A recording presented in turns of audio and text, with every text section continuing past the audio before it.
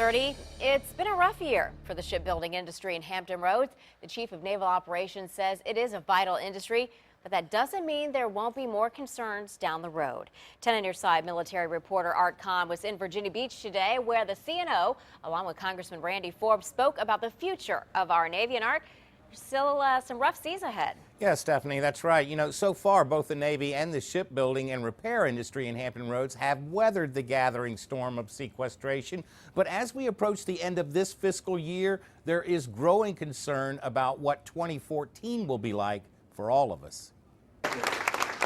The Chief of Naval Operations was cautiously optimistic as he briefed the Hampton Roads Chamber of Commerce about the current state of the Navy, which he described as okay. That's not good, that's okay, it's good enough. Good enough for right now, maybe, but Admiral Greenert expressed serious concerns about the Navy's ability to surge. In other words, to deploy an additional carrier strike group or other naval assets in the event of a crisis. As the Eisenhower returns, there's somebody out there replacing her. Currently, there is one carrier strike group and one amphibious ready group set to go in the Arabian Gulf and one in the Pacific. And there is one of each ready to surge. The thing is, there's usually 3 of each of those ready to surge.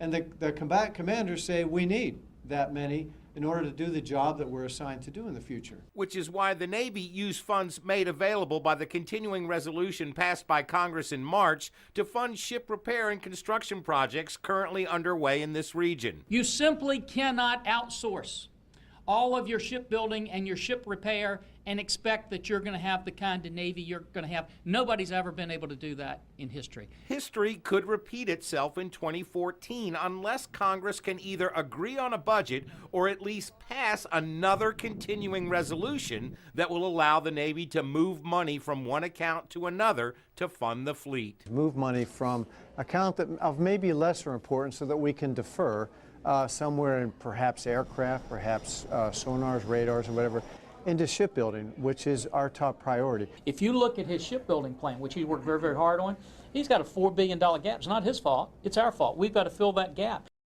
Yeah, now I asked Congressman Forbes if today's discussion means that Congress has already resigned itself to another continuing resolution for next year instead of finally passing a budget.